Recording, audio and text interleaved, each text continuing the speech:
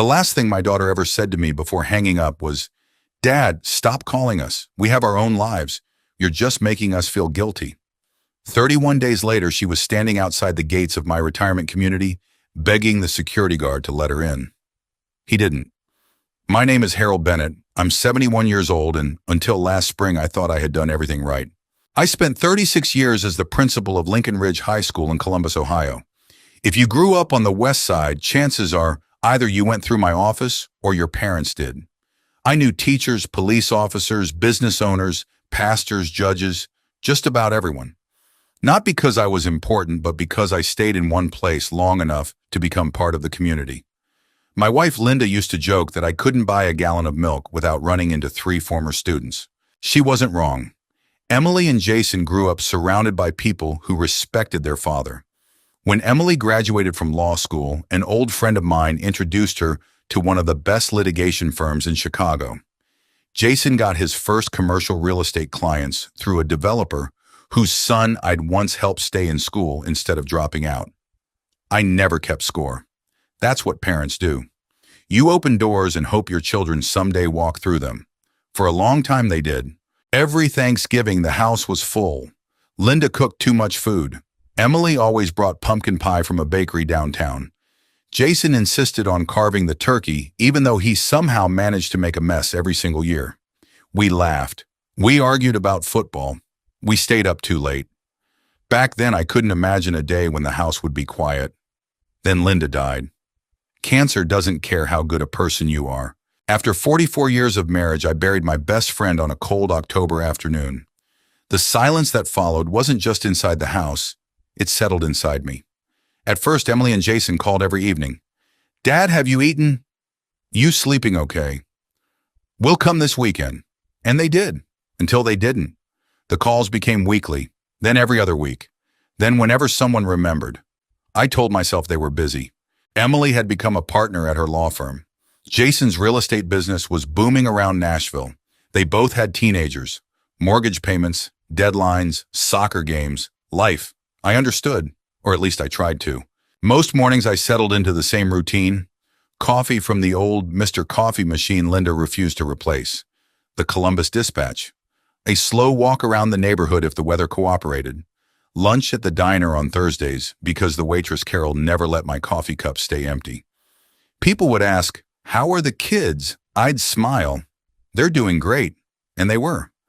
The only problem was, I wasn't part of that great life anymore. The morning everything changed started like any other Tuesday. I woke up with a strange pressure in my chest. Not unbearable, just different. I sat on the edge of the bed longer than usual. Maybe it was indigestion. Maybe I'd slept wrong. I made coffee anyway.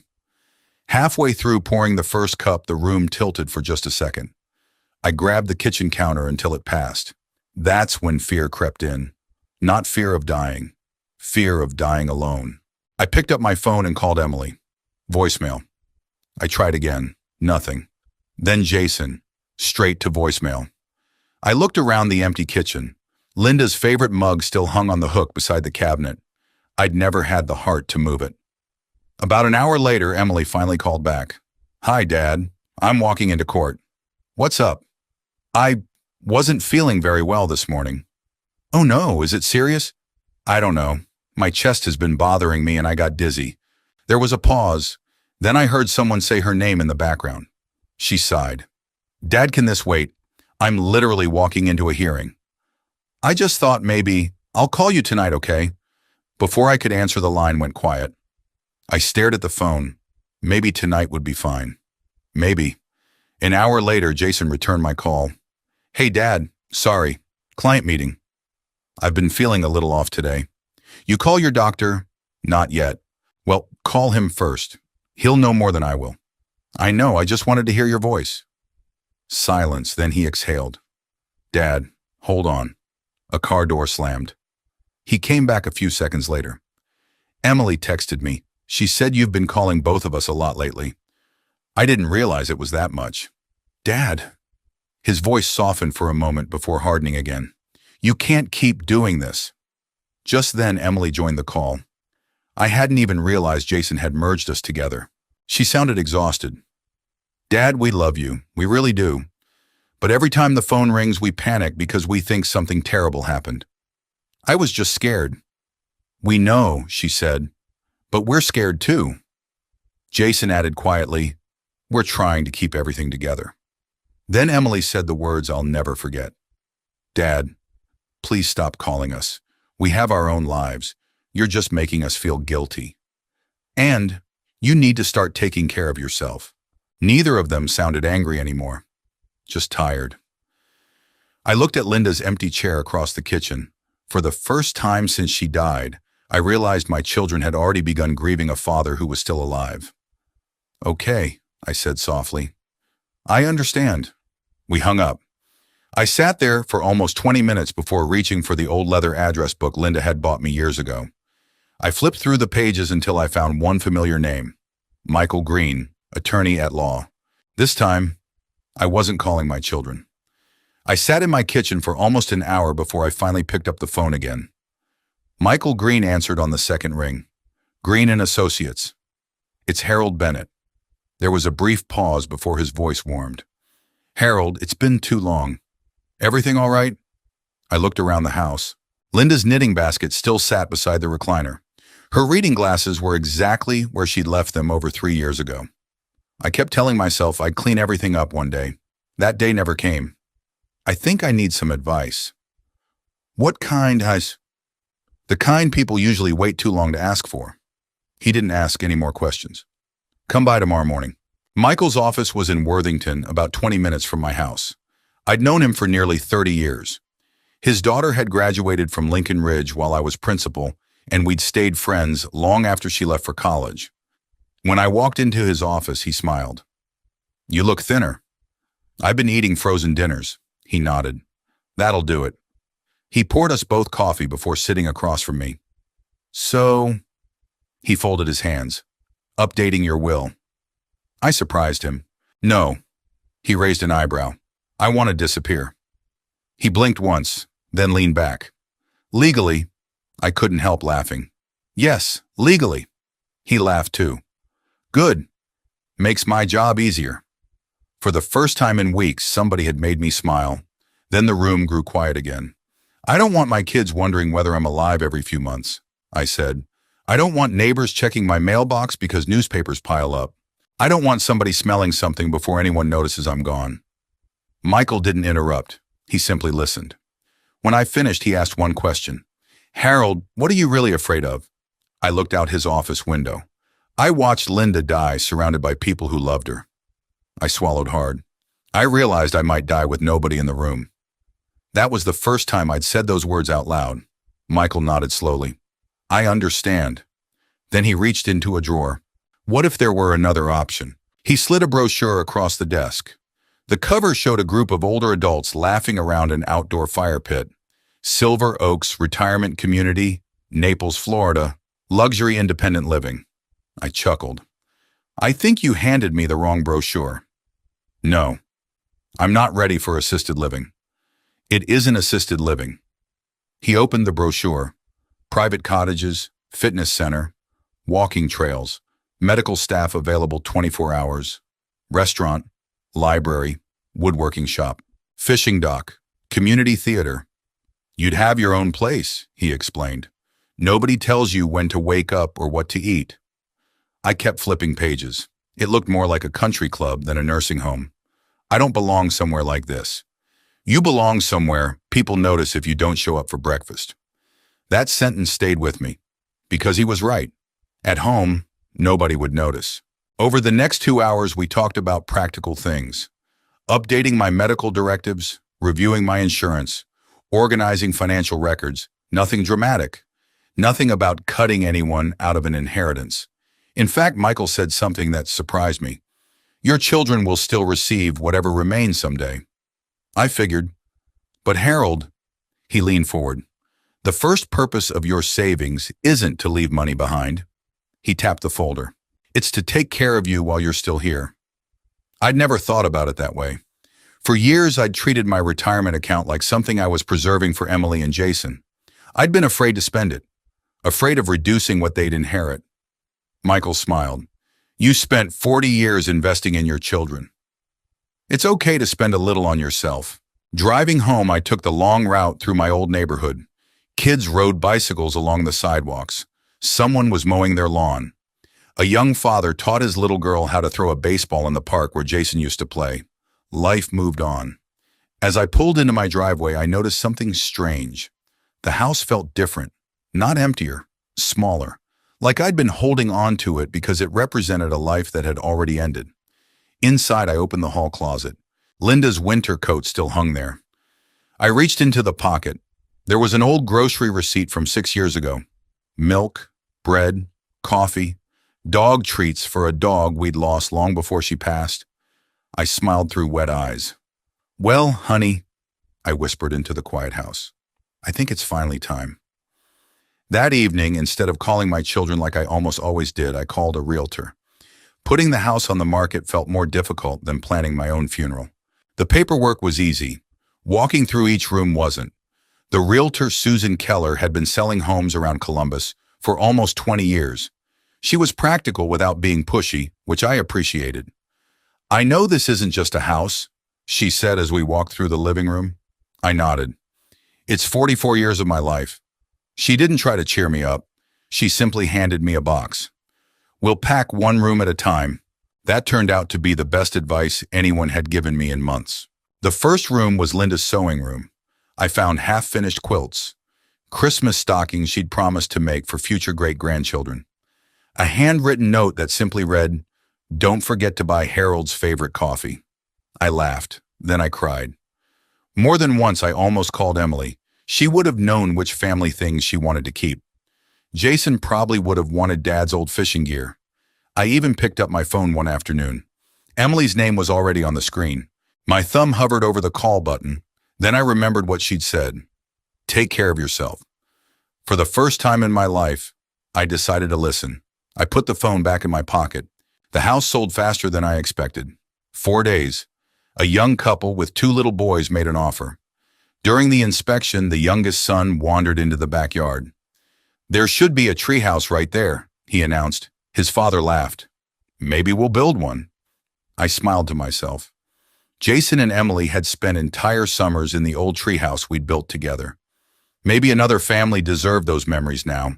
2 weeks later, I landed in Fort Myers with 2 suitcases, 1 golf bag I'd barely used in years, and Linda's favorite photo tucked safely inside my carry-on. Silver Oaks Retirement Community was about 40 minutes south. I had expected something that smelled like disinfectant and quiet resignation. Instead, I drove through wrought iron gates lined with palm trees. Flower beds exploded with color. Golf carts rolled past neatly landscaped walking paths. People were actually outside, laughing, talking, living. A woman wearing bright pink sneakers waved as I parked. "You must be Harold." "I am. I'm Nancy." She stuck out her hand. "Welcome home." Home. Nobody had called anywhere home since Linda died. The cottage was smaller than my old house, but it was perfect. 1 bedroom, a screened-in porch, a tiny kitchen. Just enough space for the things that still mattered. That first night I sat on the porch listening to crickets. No television, no traffic, just warm Florida air. For the first time in years, I slept through the night. The next morning I wandered into the dining room, carrying my tray like the new kid at school. An older gentleman waved me over. "You look lost." "I probably am." "I'm Frank." He pointed across the table. "This is Martha." Martha smiled. "Don't let Frank fool you. He's been lost since 1998. Frank shrugged. "Probably true." We all laughed. Before breakfast was over, I'd learned that Frank had retired from the Chicago Fire Department. Martha had taught elementary school for 38 years, and Thursday afternoons were apparently sacred because that's when everyone played dominoes. Nobody asked about my money.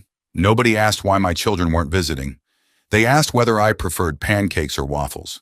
It felt wonderfully ordinary. Days turned into weeks. I started walking every morning with Frank. Martha convinced me to join the community book club, even though I'd never belonged to one in my life. I discovered I wasn't terrible at pickleball. Actually, I was terrible. But everyone else laughed with me instead of at me. One afternoon, Martha noticed me sitting alone by the lake. "You miss somebody." "My wife." She nodded. "I know." No speeches, no advice, just 2 words. I know. Sometimes that's enough. One Saturday afternoon, the activities director asked if anyone wanted a group photo for the community Facebook page. I almost said no. Then Frank wrapped an arm around my shoulder. Come on. We need proof you actually smile. The picture turned out better than I expected. Without thinking much about it, I shared it on my own Facebook page. First pickleball game. Lost badly. Made a couple of good friends anyway. Life has a funny way of starting over. I smiled, hit post, and went back to enjoying my afternoon. I had no idea that one harmless photo was about to change everything. The Facebook post took less than 10 seconds. I didn't think about it again. Honestly, I only kept my account because Linda loves seeing pictures of the grandkids. After she passed, I barely used it except to wish old friends happy birthday or congratulate former students on their retirements. Now and then, I'd post a sunrise over the lake at Silver Oaks, a good meal from the dining room, Frank catching a fish that was probably smaller than he claimed. Nothing special. Just little pieces of a quiet life. People seem to enjoy them. Looking good, Mr. Bennett. So happy to see you smiling again. Florida agrees with you. Those comments made me smile. Then about 2 weeks later, something unexpected happened. An old colleague from Lincoln Ridge High shared one of my photos. She wrote, "I'm so glad Harold has found such a wonderful community. Every senior deserves friends who look out for them." Within a day, dozens of former teachers, parents, and students had commented. One message caught my eye.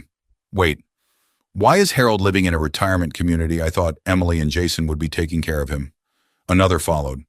Didn't he help both of his kids get started? I remember how proud he always was of them. Then another. I hope he's there because he wants to be, not because he's alone. No one accused my children of anything. No one called them bad people. In fact, several people defended them. They're probably just busy. I'm sure they visit all the time. But once that question had been asked, people kept asking it. I closed Facebook and went outside. I wanted no part of the conversation. A few days later, Martha found me watering flowers outside my cottage. "You look worried." "I think I accidentally started some gossip." She laughed. At our age, gossip starts itself. I told her about the comments. She listened quietly. Then she asked, "Did you say anything untrue?" "No." "Did you ask anyone to criticize your children?" "Of course not." She shrugged. "Then let people think whatever they're going to think." I wished it were that simple. Emily and Jason weren't bad people. Busy, absolutely. Thoughtless sometimes, but cruel. No. If someone had asked me that question, then I still would have defended them. The following Monday, my phone rang while I was halfway through breakfast. Michael. "Morning, Harold. Everything okay? I think you should check your Facebook." "I already did." "No. You should check it again." His tone made my stomach tighten. I opened the app. The pickleball picture now had hundreds of reactions. Former students I'd taught 20 years ago were sharing it. One had written, "Principal Bennett was there for every kid who needed help. I hope someone is there for him now." Another commented, "His children must be heartbroken seeing him there alone." Then I saw something else. Emily had been tagged. So had Jason, neither by me, by other people. I felt sick. "I didn't ask for this," I said quietly. "I know," Michael replied. "You haven't done anything wrong." "It doesn't feel that way."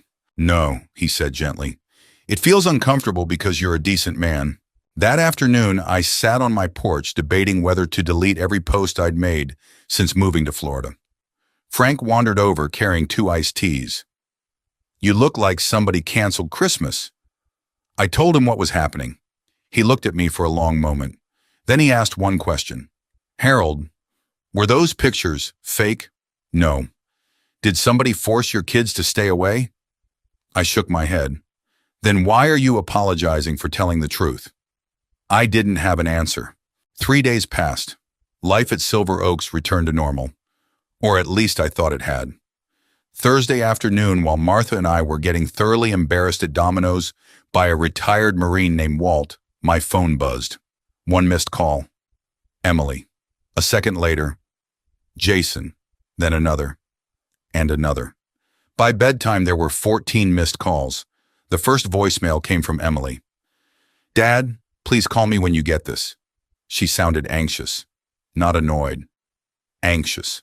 The second was from Jason. Dad, where are you? Why didn't you tell us you sold the house? I stared at the screen. Nobody had mentioned the house before. How did they know? Then another voicemail arrived, this one from Emily again. Dad, we're really worried. Please answer. I set the phone face down on the table. For the first time in months, they were calling me more than I had ever called them. I didn't return a single call that night, not because I wanted to punish my children, because I honestly didn't know what to say. For months, I'd been hoping my phone would ring. Now it wouldn't stop. The next morning, there were 12 new text messages, from Emily, from Jason, from my son-in-law, Mark, even from my granddaughter, Sophie. Grandpa Mom said you've been sick. Please call us. I stared at Sophie's message the longest. She was 16 now. The last time we'd spent real time together, she'd been 12. I typed a reply 3 different times, then deleted every one of them. Instead, I slipped the phone into my pocket and headed to breakfast. Silver Oaks had a way of keeping people moving. You couldn't stay miserable for very long without somebody dragging you into something.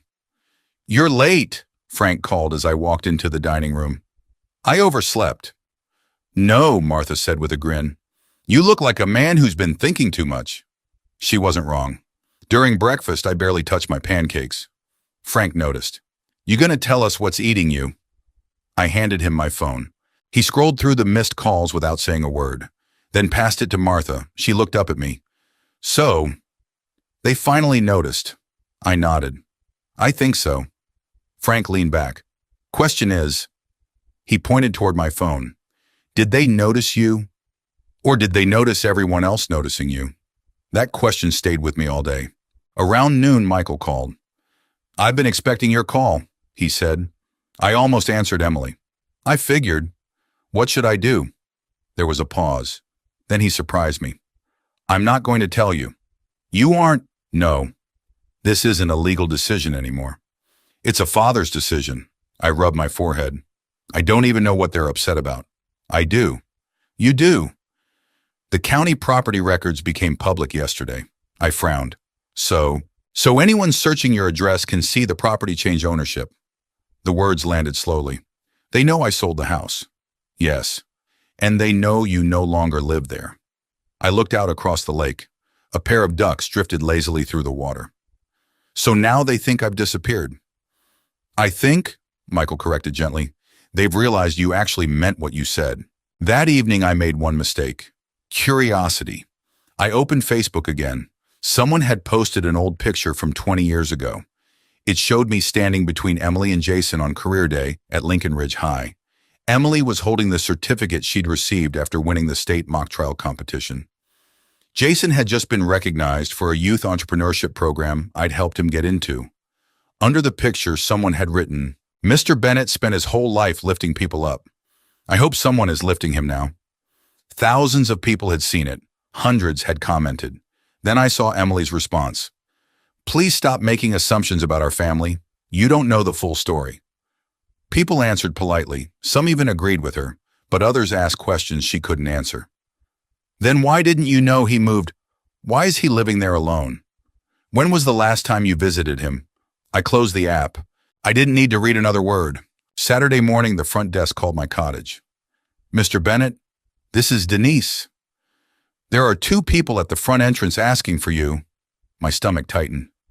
They didn't make an appointment. I know. They're saying they're your children. I walked onto my porch. The main entrance was nearly a quarter-mile away, but from the walking path I could just make out 2 familiar figures beside the security gate. Emily, Jason. Even from that distance I could tell they weren't calm. Jason kept running a hand through his hair. Emily was talking rapidly to the guard pointing toward the community. A black SUV sat crookedly near the visitor entrance, as though they'd parked in a hurry. Denise spoke again. They're asking us to make an exception. What did you tell them? Exactly what you instructed when you moved in. I remembered signing the form. No unannounced visitors. Not because I wanted to shut my children out, because I wanted one place in my life where surprise, guilt, and obligation couldn't simply walk through the front door. I took a slow breath. What happens now? Denise answered kindly. Nothing. If you don't authorize the visit, they won't be allowed inside. I stood there for a long time watching my son and daughter from across the lake. For the first time in years, they couldn't simply fit me into whatever time they had left. Now, they had to wait. I never imagined the hardest part would be staying inside. Every instinct I had as a father told me to walk to the gate, to hug them, to ask if they'd eaten, to tell Emily she looked exhausted, to tell Jason he needed another haircut. That's what fathers do, even after they've been hurt, especially after they've been hurt. Instead, I stood on my porch with my hands wrapped around the railing until my knuckles turned white. About 20 minutes later, Frank wandered over carrying 2 bottles of water. I figured I'd find you here. I nodded toward the entrance. They're still there. He looked but didn't ask who they were. He already knew. Must be hard. It is. You going down? I don't know. Frank took a slow drink. When my oldest son stopped speaking to me for 3 years, I spent every birthday hoping he'd knock on my door. What happened? He finally did. I looked at him. Were things better? He chuckled softly. No, they were just louder. That wasn't the answer I expected. You know what finally fixed it? He continued. What? We stopped trying to win the argument. We started telling the truth. Around 1 o'clock, Denise from the front desk called again. Mr. Bennett. Yes. They're still here. I looked toward the entrance. Emily was pacing. Jason was on his phone. They're asking if you'll at least speak to them over the intercom. I closed my eyes. No. Denise hesitated. I'll let them know. Before hanging up, she added quietly, They seem frightened. So was I. An hour later, another call came. This time it wasn't Denise. It was Michael. I heard they found you. Word travels fast, he laughed. At Silver Oaks, faster than the internet. You coming? I'm already here. What? I told security not to tell you. Why? Because I wanted to see something first. What? Whether they'd come for your money or for you? I frowned. What do you mean? I've been talking to them. You have for almost an hour. And he was quiet long enough that I wondered if the call had dropped. Finally, he spoke. They're not asking me about your estate. They aren't. No. They're asking if you're sick. That caught me off guard.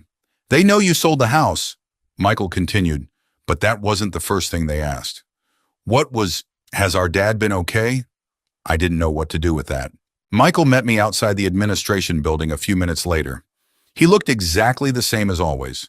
Gray suit, blue tie, legal pad under one arm. He sat beside me on a bench overlooking the lake. They're a mess. I can see that. No, you can't. He handed me his phone. It showed security camera footage from the visitor entrance. Emily was crying openly now. Jason had his head in his hands. They've been here almost 4 hours. I stared at the screen. I've never seen them like this. I believe you. Michael put the phone away. Harold, I need to ask you something. I nodded. When was the last time you told them you were lonely? I thought for a long moment. I don't think I ever did. You told them you missed them. I hinted. You told them you were scared. I looked away. No. Why not? Because. The answer came before I could stop it. I didn't want them to think they had to choose between their lives and mine. Michael nodded slowly. And they assumed you were okay. I guess, he sighed. That doesn't excuse what they said. No, it doesn't. But families rarely fall apart because of one conversation. He was right. This had taken years. One postponed dinner, one missed birthday, one unanswered phone call at a time. Michael stood. They're asking for 5 minutes. I know. You don't owe them 5 minutes. I know. But, he smiled gently, you owe yourself the chance to decide without anger. I looked toward the entrance again. Emily was still standing there. Jason hadn't moved. I reached into my pocket and pulled out the photograph I'd carried every day since moving to Florida. Linda, smiling on a beach in South Carolina. She always had a way of seeing what I couldn't. I think, I whispered. I'm finally ready to hear what they came to say. Michael didn't walk me to the front gate. "I think this part belongs to your family," he said. He stayed behind near the administration building while I made the slow walk alone. Each step felt heavier than the last. Not because I was angry, because I was afraid that once I saw my children face to face, I'd forget everything that had brought me here. When I reached the visitor entrance, Officer Ramirez opened the pedestrian gate. "You okay, Mr. Bennett?" "I honestly don't know." He gave me a small nod. "Take your time." Emily saw me first. "Dad!" She took one step forward before stopping herself. For a second, we simply stared at each other. She looked exhausted. Her mascara had run from crying. Jason looked even worse. His shirt was wrinkled and his eyes were bloodshot, as if neither of them had slept. Neither one tried to hug me. "I'm glad you're alive," Emily whispered. I smiled sadly. "So am I." Silence settled between us. Finally, Jason spoke. "Why didn't you tell us?" I tried. He lowered his eyes. "Nobody argued with that." Emily wiped her face. "Dad, when people started tagging us in your Facebook posts, I didn't ask anyone to do that." "I know. And I'm sorry if—" She shook her head. "No. You don't have anything to apologize for." That surprised me. I kept thinking. She struggled to finish the sentence. "How many people knew you were lonely before I did?" I didn't answer, because she was right. Jason took a slow breath. "We drove straight to Columbus after we couldn't reach you. The house was empty. The neighbors said you'd moved weeks ago. I almost called the police." "You should have called me sooner," I said gently. He gave a bitter laugh. "That's the problem. We kept assuming there'd always be time." Nobody spoke for several seconds. Cars rolled past outside the community. Some residents waved as they drove through the gate. Life continued around us. Finally, Emily reached into her purse. "I found this." She handed me an envelope. Inside was a birthday card, still sealed, my 71st birthday, 6 months earlier. "I bought it, but I never mailed it." She looked ashamed. "It stayed in my briefcase. I kept thinking I'd bring it when we visited." Jason spoke quietly. "I had your Christmas gift in my office until April. We just—" His voice broke. "Kept putting you off. For the first time since this all began, I didn't see two successful professionals. I saw my little boy and little girl. Older, tired, deeply flawed, but hurting. I need you to understand something," I said. "I never moved here to punish you." Emily nodded through tears. "I know that now. I came because one morning I thought I might die. Neither of them moved. I called both of you. I wasn't looking for a doctor. I wasn't looking for money. I just didn't want to be alone." Emily covered her mouth. Jason closed his eyes. "I've replayed that day 1,000 times, Emily whispered. "I kept hearing myself tell you I was walking into court. I thought I'd call you that night." "You didn't." "I know," Jason looked at me. "I don't even remember what client meeting I was in. But I remember exactly what I said to you." He swallowed hard. "I wish I could take it back."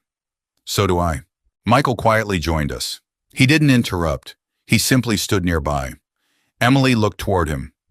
"We thought Dad changed everything because he was angry." Michael shook his head. "No. He changed everything because he stopped believing someone would be there when he needed them." Nobody argued, because nobody could. I looked at my children. I've already built a life here. I have friends. I have neighbors who knock on my door if they don't see me at breakfast. "I'm staying." Emily nodded immediately. "I wouldn't ask you to leave." Jason wiped his eyes. "We don't deserve to." For the first time all afternoon, I believed they weren't there because of the house. They were there because they had finally understood what they had almost lost. The first Sunday of every month, Silver Oaks hosted a community brunch. By the time June rolled around, I had become one of the regulars. Frank was already arguing with Walt over whether the Browns would ever have another winning season. Martha was pretending not to laugh. Life had settled into something I hadn't expected to find again. Peace. Not perfect. Just peaceful. About 10 minutes into breakfast, Denise walked over with a familiar smile. "You have visitors." I looked up. Emily and Jason were standing just inside the lobby. This time they weren't waiting at the gate. They'd called 3 days earlier, asked if they could visit, and then they waited for my answer. That mattered.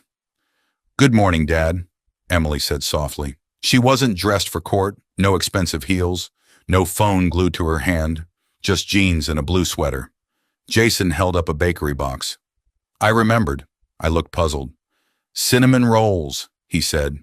"You always bought them after my Little League games." I laughed. "You remembered that. I remembered a lot of things. Just a little late."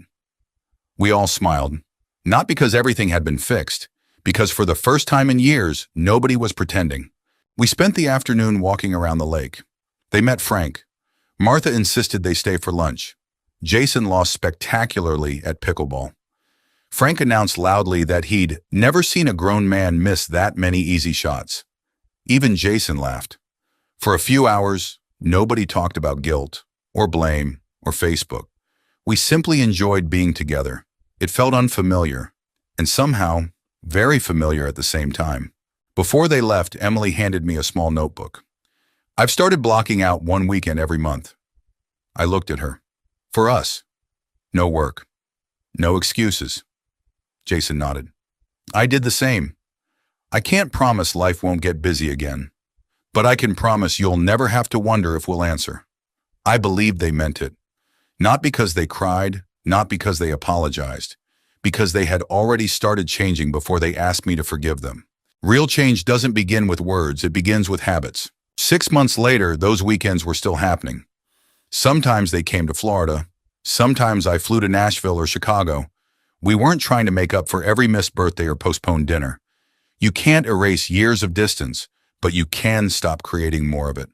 Silver Oaks remained my home. It wasn't where I ended up. It was where I started over.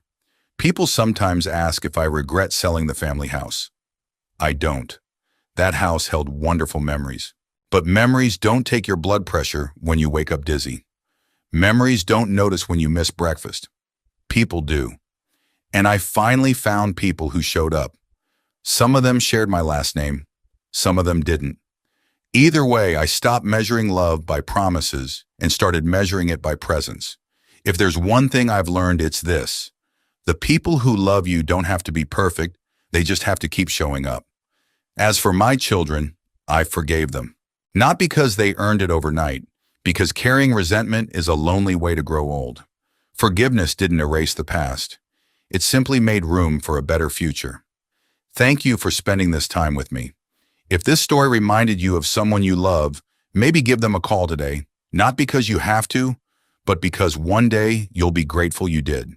And if you've ever learned an important lesson a little later than you wished, I'd love to hear your story in the comments.